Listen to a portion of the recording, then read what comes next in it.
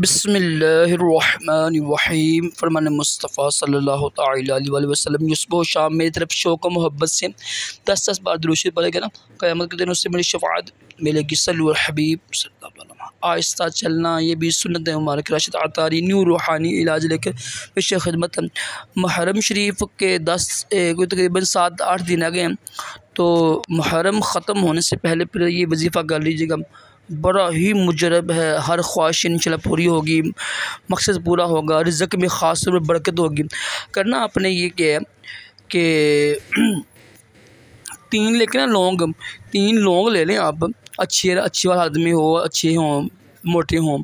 3 लौंग लेकर ना अव्वल आखिर 3 बार दुरूद शरीफ पढ़कर 60 और 3 यानी 63 मरतबा सूरत कौसर जो है ना, जो 3 आयतों वाली सूरत होती है, तो ये सूरत कौसर पढ़नी है आपने डेली।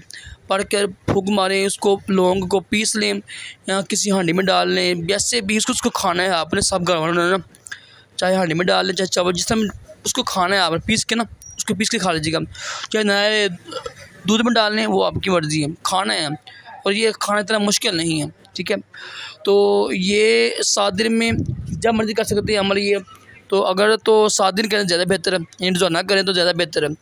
बड़ा ही मुजरब है, इंशाल्लाह इसकी बरकत से रिज़्क़ में खूब बरकत होगी और इंशाल्लाह ये हर मकसद के लिए बेहतरीन चीज़ है। तो अभी 7 दिन पड़े हैं मुहर्रम शरीफ ख़त्म होने में, डेली कर सकते हैं वो भी ज़्यादा बेहतर है, ठीक है। ज़ोहर के बाद कर लें, असर के बाद कर लें, मगरिब के बाद कर लें, इंशाल्लाह इसकी बरकत से रिज़्क़ में खूब बरकत होगी। अल्लाह पाक हम सब को रिज़्क़ हलाल अता करे, दोनों जहानों की भलाइयाँ अता करे। सल्लु अला हबीब सल्लल्लाहु अलैहि वसल्लम।